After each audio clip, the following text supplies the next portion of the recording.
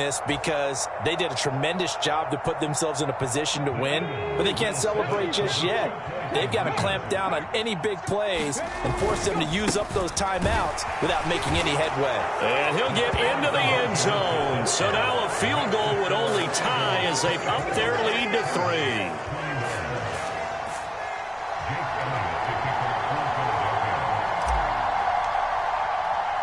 Now after the touchdown, here's Elliott on to kick it away. It's a squib kick fielded just inside the 20. And they're going to start this drive in pretty good shape as they get it up past the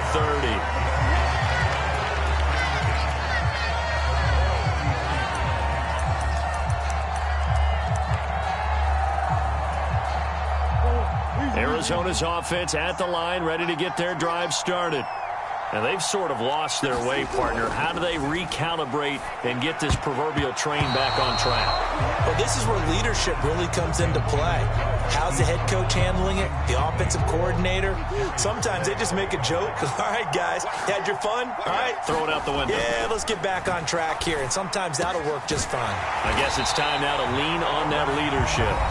Now they burn the timeout, and they're kind of in that gray area where they might be able to get 2 plays in, but maybe just 1 play left in this ball game. We'll see.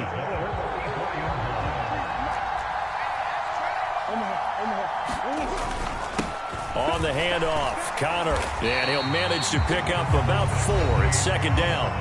And the clock will now stop as a timeout is called with 5 seconds left. And that was a quality play to start a new set of downs. That was simply an offensive line winning the battle up front and winning in a big way and giving their guy in the backfield a nice lane to hit.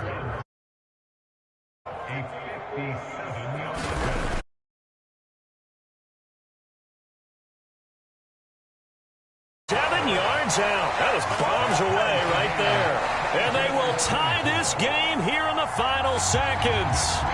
So they hadn't called on him at all until this point, but he comes through here and buries one from long range. Yeah, that's awfully impressive because usually kickers like to get that first one out of their system in the first quarter, sort of get them into the flow of the game, but to come in this late and knock it down from long distance, give him a lot of credit. And here in overtime, if the team that receives the ball scores a touchdown, it's over. If they don't, we can still have some more football. That's exactly right. If they go down and kick a field goal, the other team gets a possession to either match it or score a touchdown to win the ball game. If both teams kick field goals, the next team to score wins. But if the receiving team throws a pick six or fumbles the ball and it gets picked up by the defense and they score, the game is over at that point.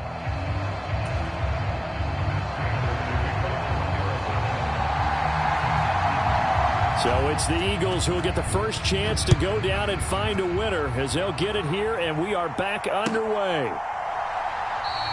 And no return here to begin the overtime session. That'll be a touchback.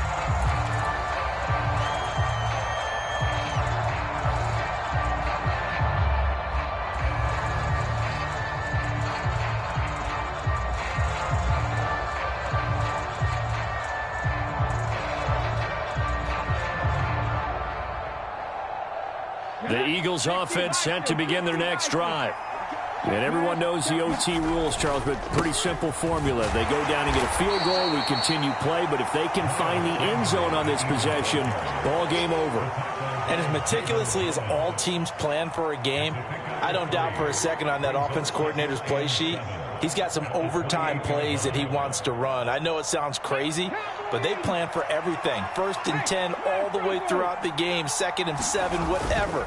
Right now, he's looking at that play sheet saying, if we get to overtime, what can we break out that they haven't seen? 3 yards on the pickup. That's going to set up an interesting 3rd and about 4 to go. Some of the most unselfish players on any football team, defensive tackles, because we ask them to just eat up blocks and allow other people to make tackles. But when he can make a play himself, as we just saw there, that's a big day. It's 3rd and 4. Big play here, trying to keep this opening drive of overtime alive. Now a first throw here in overtime.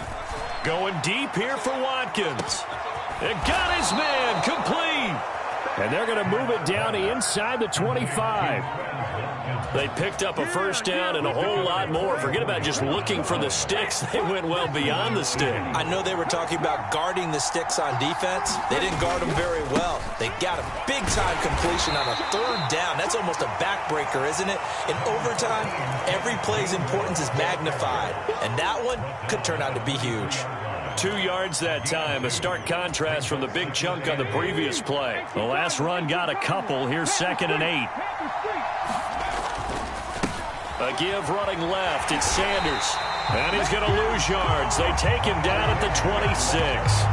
That's a big loss of 3, and it brings up 3rd down. I like the strategy. Extra tight ends, extra beef. They want to run the football, but that means they probably want to run it inside. If you get strung out on the perimeter, you're in peril. Yeah, we saw the result, negative yardage.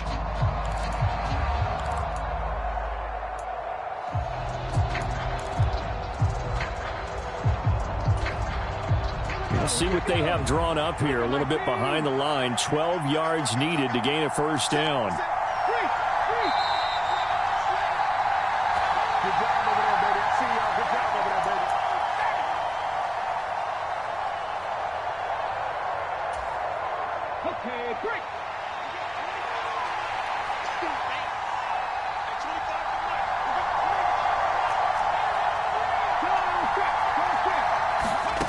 Throwing from the gun, it's Hurts. He's got Smith here. And he takes it down to the 10-yard line. They're able to convert on 3rd down, and that sets up a 1st and goal.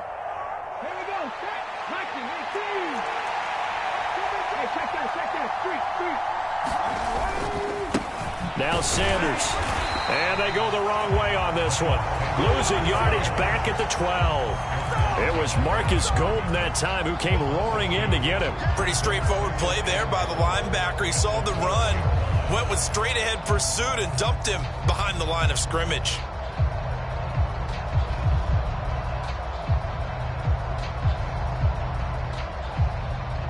They'll try again on 2nd and goal after going backwards to the 12.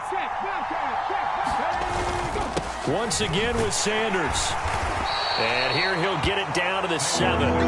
It'll be a gain of 4, but it'll bring us now to a 3rd and goal. And I know you, with every carry, especially in overtime, you're just saying, if you're that ball carrier, hold on to the football. Hold on to it, protect it, but not necessarily settling, because you're trying to get to the end zone. You're trying to end the game right here. And I know the defensive guys poking, clawing, raking, trying to knock the ball free and protect their end zone. Yeah, like you alluded to, especially this part of the field. They'll wind up losing a yard on the play, and that's going to make it 4th down. It looked like the defense, they were ready for that one. Really left him almost no room to work after catching the ball. He could throw every move in the book at him. They were there, and they tackle him for a loss.